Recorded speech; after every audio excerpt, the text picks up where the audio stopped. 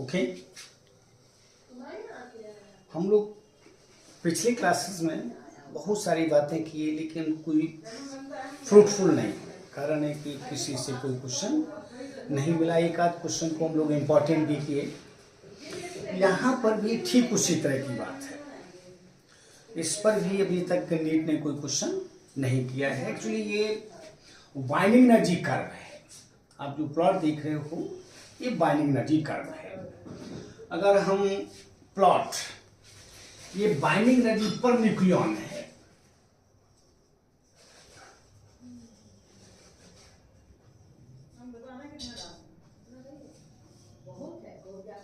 Mega electron volt में है ये बाइंडिंग एनर्जी पर न्यूक्लियन है।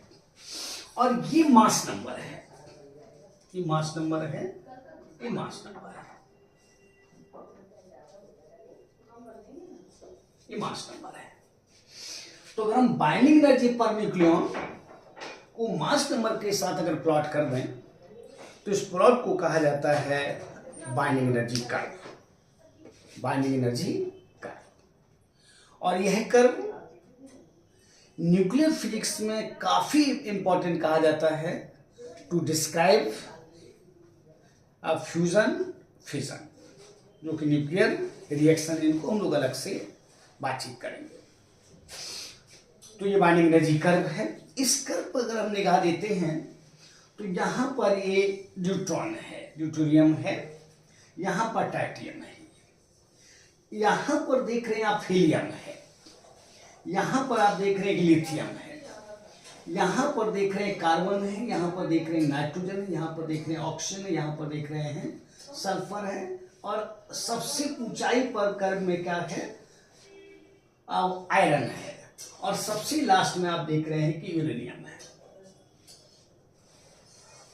यूरेनियम है, मोलिब्डेनम वगैरह है, इंडियम वगैरह है, हमको इसकी चिंता नहीं है।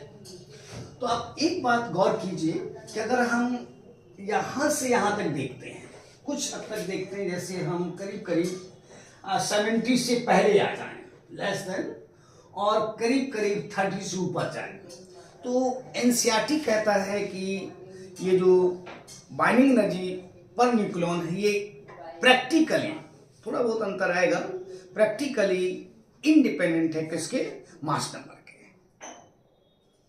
कहां से कहां तक, यानी 30 यानी मास नंबर से ज्यादा और 170 से कम, ये प्रैक्टिकली क्या है, इंडिपेंडेंट। इस कर्व में आप देखिए तो इस कर्व में अगर हम इस साइड में आते हैं, इस साइड में आते हैं जो कि लाइट न्यूक्लियाई है, और अगर हम इस साइड में आते हैं जो हैवियर न्यूक्लियाई है, तो आप देख रहे हैं कि बाइंडिंग एनर्जी पर न्यूक्लियन कम है, कम है, कम है। इसका मतलब है कि कुछ तो बात होनी है यहां पर। आप बिलो जो लाइटर न्यूक्लियाई है और जो हैवियर न्यूक्लियाई है, यहां पर भी अगर हम देखेंगे कि 50 से ऊपर जाए और 80 के करीब करीब आए, 80 के करीब करीब आए, यहां पर करीब आए, तो आप देख रहे हैं ये न्यूक्लियाई जो है ये स्टेबल है। न्यूक्लियाई कैसे है, स्टेबल है। जिसमें सबसे ज्यादा स्टेबल है, जिसको मोस्ट स्टेबल आप कह सकते हो, आयरन, जिसकी बाइंडिंग एनर्जी पर न्यूक्लियन सबसे ज्यादा करीब करीब 8.75 मेगा इलेक्ट्रॉन वोल्ट है। सबसे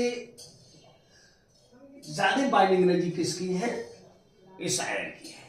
यानी आपके जितने भी पीरियोडिक टेबल में एलिमेंट्स हैं उसमें सबसे ज्यादा अगर स्टेबिलिटी रखता है तो कौन रखता है, आयरन रखता है, जिसका 56 मास नंबर है।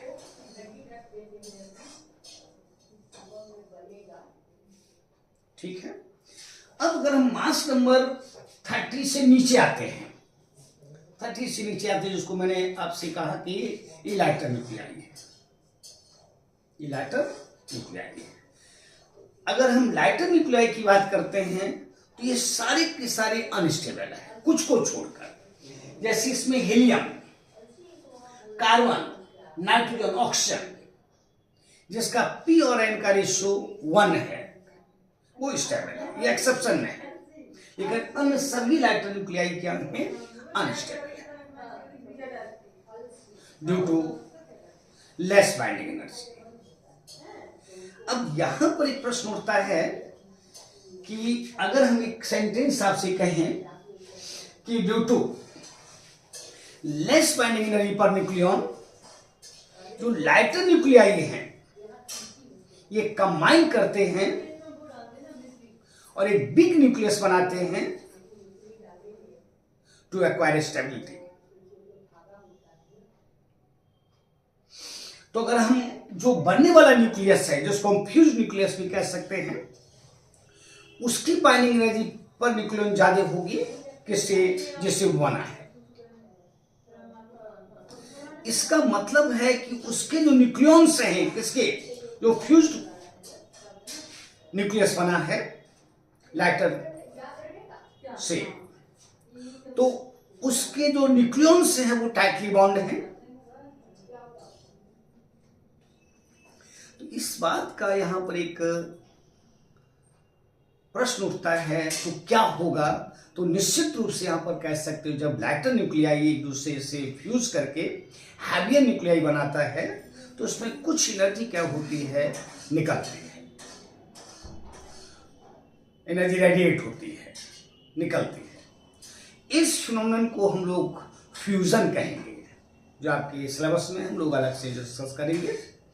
तो जो लाइटर न्यूक्लियाई है इसका मतलब है कि अगर हम फ्यूजन की बात करते हैं तो फ्यूजन में आप आराम से कह सकते हैं फ्यूजन के लिए जरूरी है क्या, लाइटर न्यूक्लियाई। लाइटर न्यूक्लियाई जरूरी है क्योंकि लाइटर न्यूक्लियाई की बाइंडिंग एनर्जी पर न्यूक्लियन कम है। तो स्टेबिलिटी को एक्वायर करने के लिए वो हैवियर न्यूक्लियस बनाते हैं कंबाइन करके, जिस प्रोसेस में एनर्जी क्या होती है, निकला करती है, रिलीज हुआ करती है, जिसको आपने फ्यूजन कहा है। हमारी सन का भी यही हाल है जो हम लोग अलग से डिस्कस कर रहे हैं। सोलर एनर्जी का जो सोर्स है वो फ्यूजन ही है क्योंकि उसमें 4 हाइड्रोजन मिलकर एक हीलियम बनाते हैं,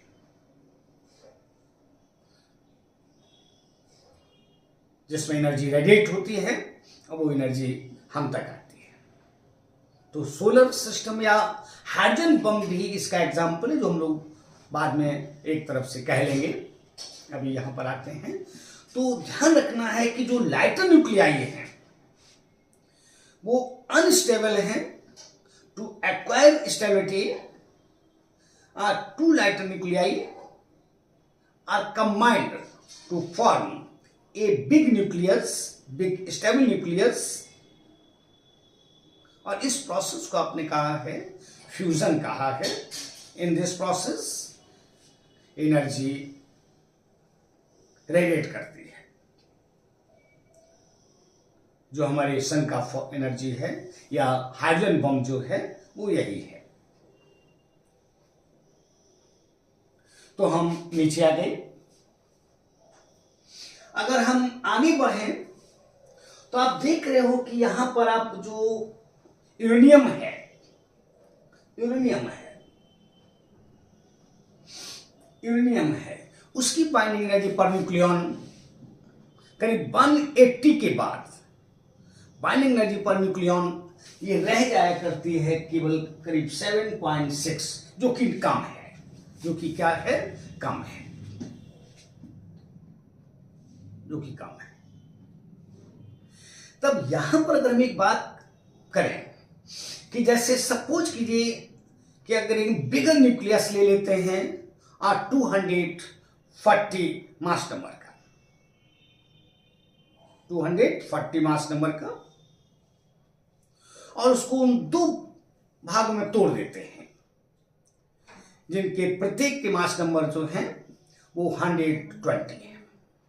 तो अगर 120 की बात करते हैं तो इधर कहीं पर है, इस साइड में कहीं पर है, तो 120 के जो न्यूक्लियॉन्स हैं वो ज्यादा टाइटली बाउंड होंगे किससे, जो 240 का है, 240 का है। हो सकता है इस तरह की कोई बात कर दे, क्योंकि एक एनसीईआरटी का है कि अगर 240 मास नंबर का कोई न्यूक्लियस टूटता है और बराबर दो भाग में टूटता है 120 का, तो जो रिजल्टेंट जो न्यूक्लियस है, मतलब जो लाइटर जो बने 120 का जो न्यूक्लियस बना है, उसके न्यूक्लियॉन्स टाइटली बॉन्ड है।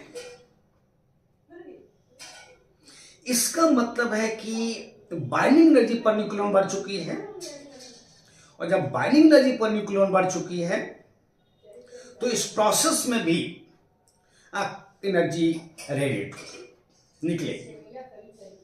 इसका मतलब है कि जब बिगर न्यूक्लियस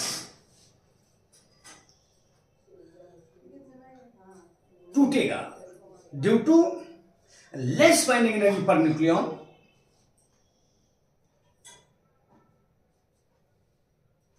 और ये जो आपका मिडिल जैसे नियरली इक्वल मास नंबर की न्यूक्लियस बनाएगा, इस प्रोसेस को कहा जाता है फिजन। इस प्रोसेस को कहते हैं फिजन। तो फिजन में भी एनर्जी पैदा होती है, और फिजन एक एग्जांपल है किसका, एटम बम का फिजन। तो जो हैवियर न्यूक्लियस है वो जब टूटते हैं तो स्टेबल न्यूक्लियाई पैदा होते हैं, और इस प्रोसेस में एनर्जी क्या होती है, निकलती है।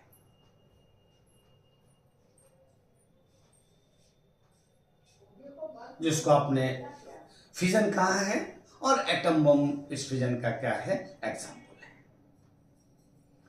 तो हम आशा नहीं करेंगे कि अगर कुछ, लेकिन एक क्वेश्चन 2009 में आईआईटी वालों ने किया था और मुझे अच्छा क्वेश्चन लगता है, वो इसी से हम लोग डिस्कस कर लेते हैं। तो फिर एक बार कहते हैं कि ये बाइंडिंग एनर्जी कर्व है, the plot of between binding energy per nucleon and mass number is called binding energy curve. This curve plays an important role to describe fission and fusion in nuclear physics. From this figure, it is clear that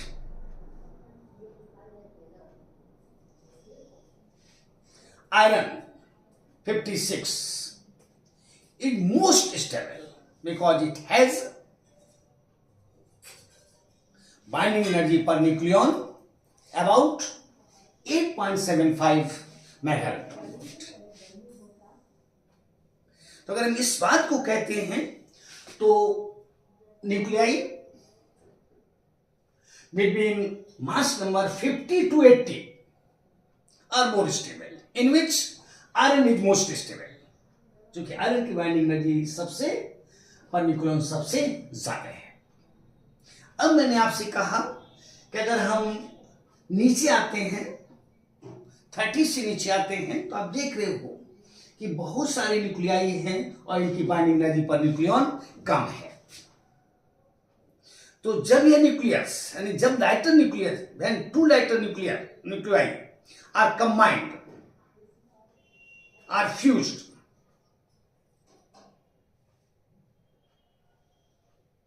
and form a bigger stable nuclei,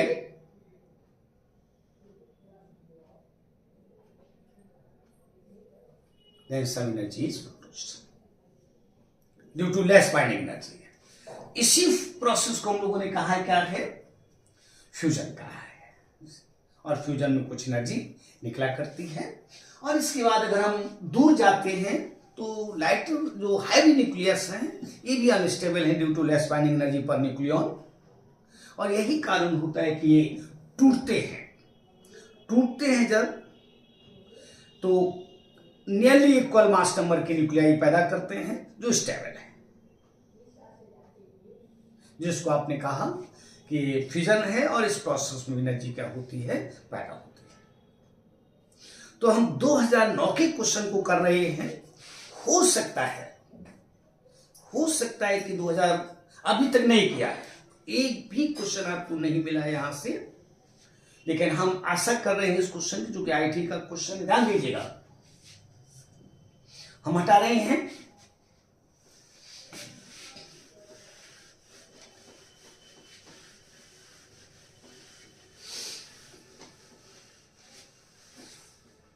ये multiple type का question था इन्होंने जो किया है। अब आपसे single question बना देगा, वो नीट ऐसा कर सकता है।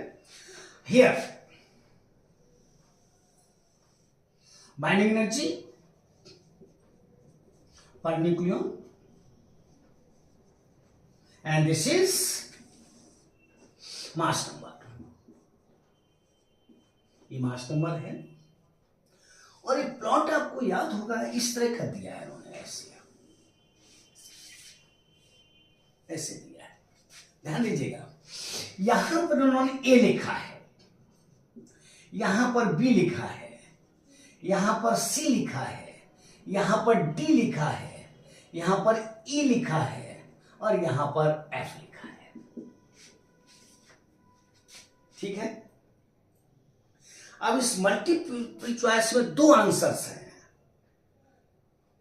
दो आंसर हैं जिनको एक में दिए, जैसे आई 1 2 3 इस तरह से कह के, यानी फर्स्ट फोर्थ इस तरह के उन्होंने 4 आंसर बनाए उसमें से। तो ध्यान दीजिएगा, उसका आंसर सही है कि ए plus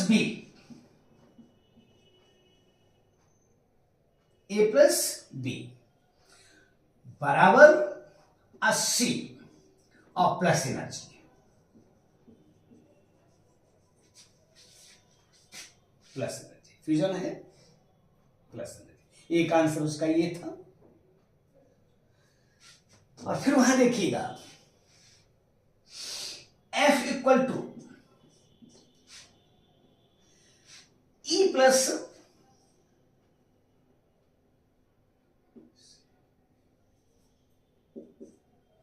A B C D E F, F equal to E plus D plus energy. मुझे एक अच्छा क्वेश्चन लग रहा है, ध्यान रखिएगा, मे बी ये 2025 में करेंगे। Here this is fusion plus energy, this is fusion plus energy. ये एटम बम है और ये हाइड्रोजन बम है। हाइड्रोजन बम में 2 लाइटर न्यूक्लियाई मिलते हैं, बिगर न्यूक्लियस बनता है और यहां पर स्टेबल है। यहां पर बिगर न्यूक्लियस टूटता है और 2 स्टेबल करीब करीब सेम मास नंबर के न्यूक्लियस बनते हैं, और इन दोनों प्रोसेस में एनर्जी क्या होती है, लिबरेट होती है, पैदा होती है, उत्पन्न होती है। तो इसको आपने फ्यूजन कहा है और इससे आपने क्या कहा है, फ्यूजन कहा है। तो इसकी हम आशा कर रहे हैं। तो बहुत दिनों से हम लोग कोई ऐसा नहीं कर पा रहे थे कि कुछ हाथ में आए। एक और हम लोगों ने क्वेश्चन कहा था कि ड्यूटेरियम जो है और ट्राइटियम अगर मिलता है और उससे बैरियम प्लस नाइट्रोजन आपने कहा था मिलता है, एक रिएक्शन दिया था मैंने, और दोनों तीनों की बाइंडिंग एनर्जी अगर मैंने आपसे कही थी per nucleon A B C है, तो आपने कहा था कि कितनी एनर्जी रिलीज होगी, तो जिसमें आपने आंसर दिया था C minus E minus B. यानी जो बनता है वो स्टेबिलिटी को एक्वायर करने के लिए बनता है, और उसमें जो न्यूक्लियॉन्स हैं वो टाइटली क्या होते हैं, बाउंड होते हैं। ओके, तो आशा हम कर रहे हैं बहुत दिनों के बाद एक क्वेश्चन की बाइंडिंग। अभी तक कोई क्वेश्चन नीट में नहीं हुआ है, लेकिन इसकी हम आशा कर रहे हैं क्योंकि IIT का ये क्वेश्चन है।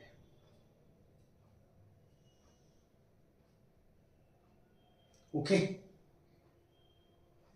इसके बाद हम लोग बातचीत करते हैं न्यूक्लियर फोर्सेस की। ये आपके सिलेबस में है, लेकिन इतिहास गवाह है कि आज तक कोई क्वेश्चन आपको नीट में 2013 से लेकर 2024 तक नहीं दिया गया है। लेकिन फिर भी हम लोग डिस्कस करेंगे, चूंकि सिलेबस में उन्होंने रखा है, चूंकि सिलेबस को काफ़ी छोटा कर दिया है, तो बाई चांस क्वेश्चन आपको मिल जाए। ओके, तो न्यूक्लियर फोर्सेस की बात अगर आप करते हैं तो यहां पर आप एक प्रश्न उठता है कि एक छोटा सा वॉल्यूम है न्यूक्लियस का और उसमें बहुत सारे प्रोटॉन्स भरे पड़े हैं, बहुत सारे न्यूट्रॉन्स भरे पड़े हैं, ऐसा क्यों है? तो यहां पर इस कर्व से एक प्रश्न उठता है कि बाइंडिंग एनर्जी पर न्यूक्लियन जो कि ज्यादा है, वो इस बात का इंडिकेटर है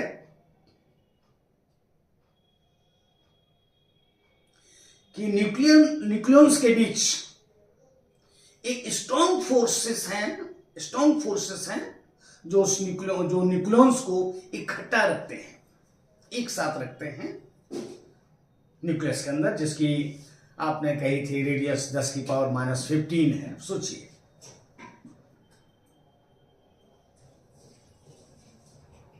तो एक छोटे से वॉल्यूम में प्रोटॉन्स भी रह रहे हैं, न्यूट्रॉन्स भी रह रहे हैं, ऐसा क्यों हो रहा है?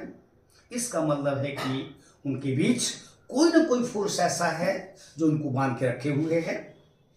जैसे किसी परिवार का जो मुखिया होता है, अगर उस मुखिया का हर व्यक्ति के साथ समान प्रेम है, समान व्यवहार है, तो निश्चित रूप से परिवार स्टेबल है। अगर किसी के प्रति थोड़ा भी ऊपर नीचे हुआ तो परिवार टूटता है, यानी परिवार अनस्टेबल हो जाता है। तो वही बात यहां पर भी है।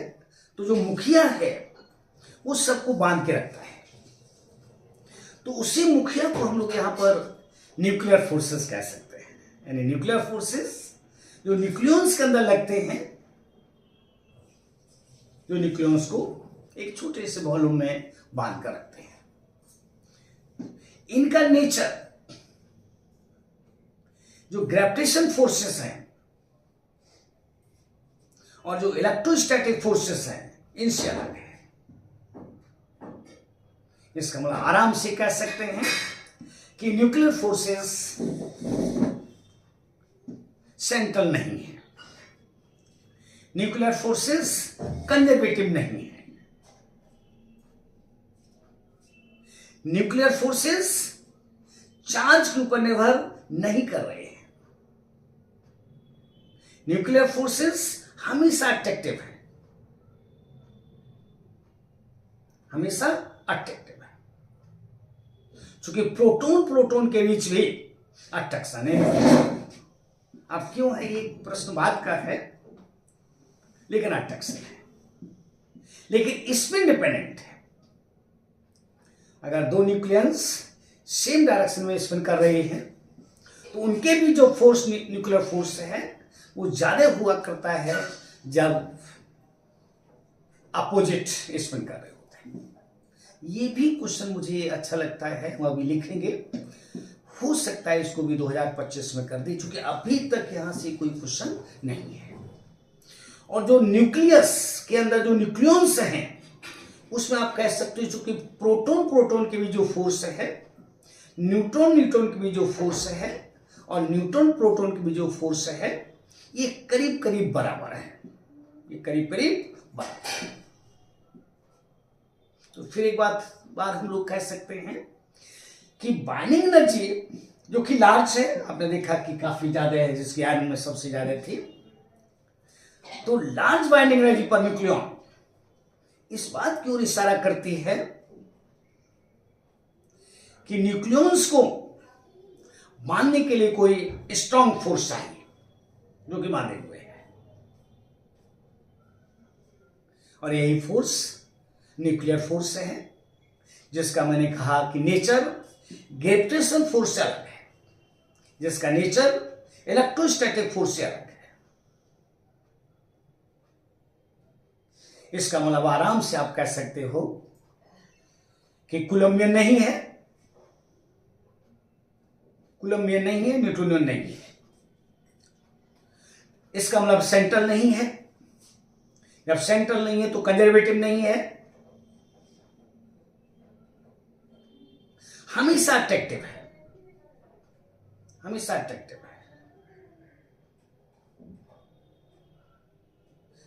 हमेशा अट्रैक्टिव है।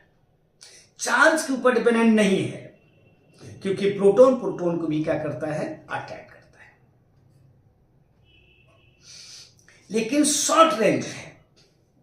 शॉर्ट रेंज का मतलब है कि 10 की पावर माइनस 15 के अंदर ही काम करते हैं। जहां 10 की पावर माइनस 15 से ऊपर जाएंगे तो एटम जो न्यूक्लियस है वो टूटेगा, चूंकि कूलम्बियन भागीदारी निभाने लगेंगे।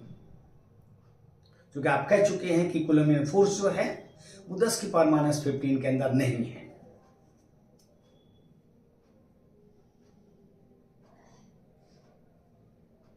तो नॉन कंजर्वेटिव है, नॉन सेंट्रल है, हमेशा अट्रैक्टिव है, शॉर्ट रेंज के हैं, ग्रेविटेशन फोर्सेस इलेक्ट्रोस्टैटिक फोर्सेस से अलग हैं, लेकिन स्पिन डिपेंडेंट है।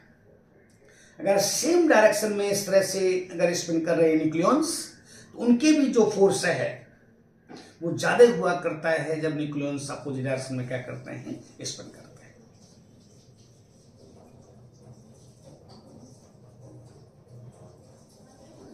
अब ये प्रश्न है कि ये फोर्स एक्चुअली क्या है, क्या है?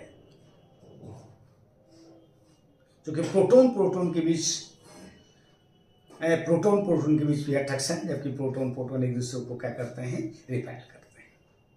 ओके, तो यहां से हम आशा कर सकते हैं, जैसे इसकी हम लोग आशा कर रहे हैं 2025 में। एक ही क्वेश्चन याद कर लीजिए, मैंने याद करा दिया है। A+B बराबर C है, और इसमें कुछ एनर्जी क्या होगी, पैदा होगी।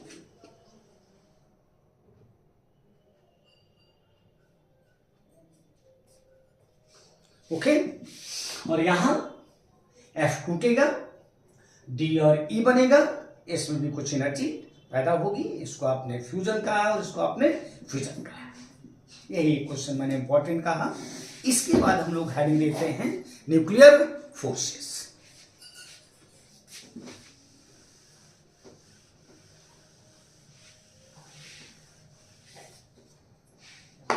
आशा यहां से भी नहीं है, लेकिन चूंकि टॉपिक उन्होंने दिया है, एनसीईआरटी वालों ने, करना ही है।